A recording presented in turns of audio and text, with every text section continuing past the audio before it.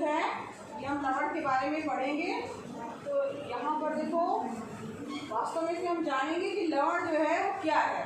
ठीक है, तो लवण जो होते हैं यानी इसको इंग्लिश में बोला जाता है सॉल्ट, जो है वो एक यौगिक है जो एक अम्ल में हाइड्रोजन को धातु, यानी जैसे कोई अम्ल है उसमें हाइड्रोजन तो होता ही है, HCl हो गया, HCl4 हो गया, उसको मेटल के द्वारा जब प्रतिस्थापित कर दिया जाता है तो लवण बनता है। ठीक है, बातचीत में करिए।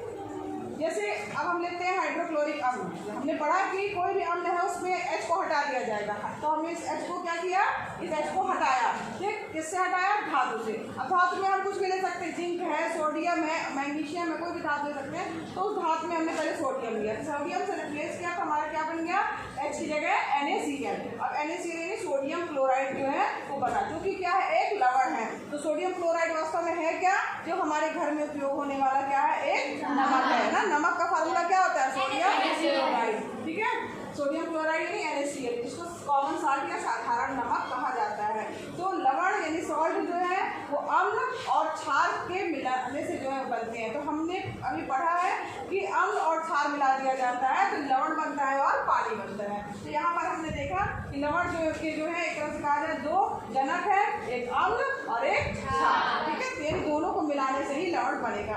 अब यहाँ पर जो इसका नाम आता है उसमें दो भाग हैं। तो पहला भाग जो है उसका जो नाम का पहला भाग क्षारक से लिया गया, दूसरा भाग जो है किससे लिया गया है, आपके अम्ल के नाम से लिया गया है। अब क्षारक का नाम कैसे, जैसे अगर मान लीजिए सोडियम क्लोराइड हमने लिया, ठीक है, तो सोडियम क्लोराइड जैसे एक लवण है, सोडियम जो है वो आपका क्या है, सोडियम हाइड्रोक्साइड जो कि एक क्षार है उससे लिया गया है सोडियम। अब क्लोराइड की बात करें तो वो हाइड्रोक्लोरिक अम्ल यानी HCl जो है उससे लिया गया, जो कि एक अम्ल का नाम है। तो यहाँ पर जो है आपका NaCl हो गया, Cl जो लिया गया है वो अम्ल से लिया गया था। लवण के गुणधर्म, जैसे अगर प्रॉपर्टी अगर हम पढ़े कि जो आपका लवण है, नमक है, उसके क्या क्या गुणधर्म है, तो उसके गलनांक, मेल्टिंग पॉइंट तथा क्वथनांक जो है अधिक तापमानों पर होते हैं। ठीक है, तो यहाँ पर दोनों जो है वो अधिक तापमान होंगे उनके। जल में लवण के अगर जितने भी लवण होंगे वो क्या होंगे, पानी में घुलेंगे। और अम्लीय एवं क्षारीय विलयनों की तरह जो है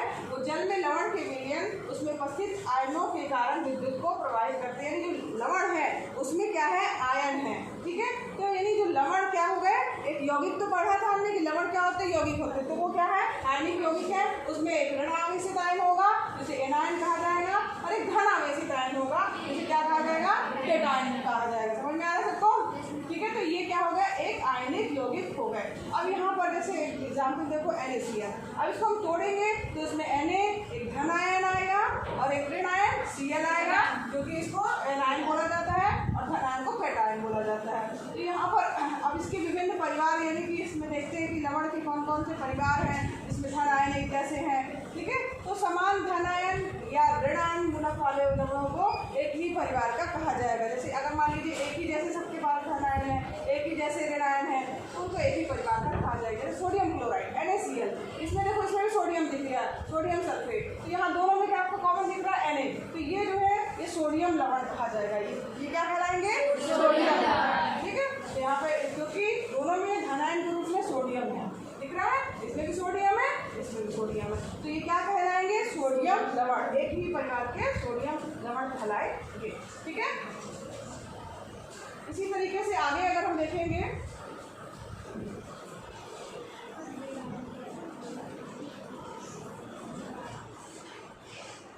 जिसमें भी Na होगा समझ लो वो एक ही जैसे होंगे और उनको क्या कहा जाएगा, सोडियम लवण कहा जाएगा।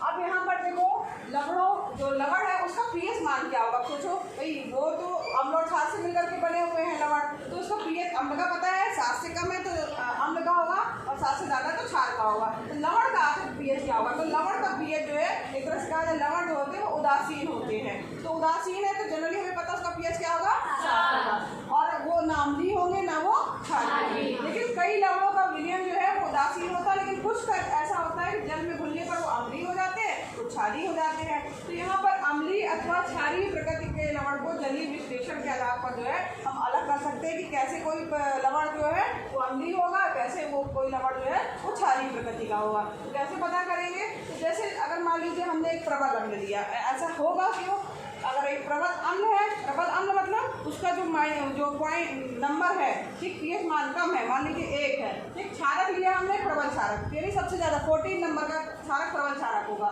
ठीक। तो यहाँ पर लिया तो लवण बना NaCl, उदासीन जो इसका लवण बनेगा pH 7 होगा।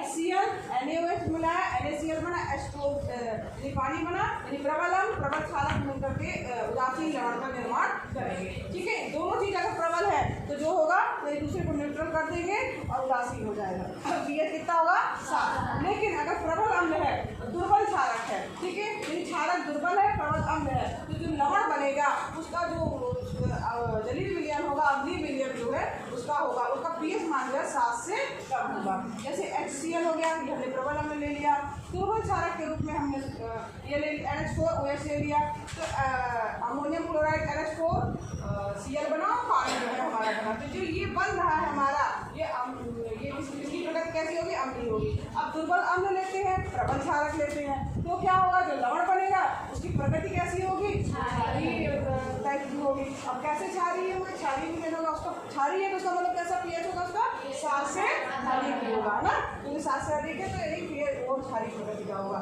सोडियम कार्बोनेट जैसे मान लीजिए है, उसका अगर हमको निर्माण है तो कैसे हो रहा है, तो यहाँ पर हाइड्रोजन कार्बोनेट है, सोडियम हाइड्रोक्साइड है, ये दुर्बल अम्ल है, ये प्रबल क्षारक है, मिलकर के बना क्या, सोडियम कार्बोनेट, जो कि क्षारीय प्रकृति का है। तो यहाँ पर देखो कि जो साधारण नमक है, सोडियम क्लोराइड की अगर हम बात कर रहे हैं, तो जो ये साधारण नमक है, तो जो साधारण नमक का उपयोग कच्चे उत्पाद के रूप में बहुत सारी चीज़ों में होता है। तो यहाँ पर देखिए सोडियम हाइड्रोक्साइड और क्लोरीन के उत्पादन के लिए भी नमक का प्रयोग किया जाता है। तो इस तरीके से नमक का घोल यहाँ पर भर दिया जाता है, 2 एनोड कैथोड लगा दिए जाते हैं, तो यह अभिक्रिया क्या है, क्लोर क्षार जो है अभिक्रिया कहलाती है। इसके अलावा इसी का प्रयोग किसमें, व्यंजक चूर्ण में किया जाता है, ब्लीचिंग पाउडर लगाने में भी किया जाता है, इसका उपयोग किया जाता है। इस तरीके से नमक का घोल NaOH के साथ में जो है करके बनाया जाता है। व्यंजक चूर्ण जो है ये आपका ये बन गया, ठीक, तो यहाँ पर उसका उपयोग उसमें भी किया जाता है। इसके अलावा वस्त्र जो उद्योग है उसमें सूती और लेनिन के व्यंजन के लिए किया जाता है। कागज़ की फैक्ट्री जो है उसमें साफ कपड़ों के व्यंजन के लिए किया जाता है। रासायनिक उद्योग में किया जाता है इसका उपयोग। बेकिंग सोडा, बेकिंग पाउडर और कपड़े धोने का सोडा वगैरह जो बनाया जाता है उसके उत्पादन में भी जो है इसका साधारण नमक का जो है वो प्रयोग किया जाता है। और यहाँ पर जो है ये जो पूरा हमने पढ़ा वो उसमें क्या हमने पढ़ा, लवण या साल्ट के बारे में पूरा हमने जाना कि वो क्या है, उसमें कैसे वो होता है।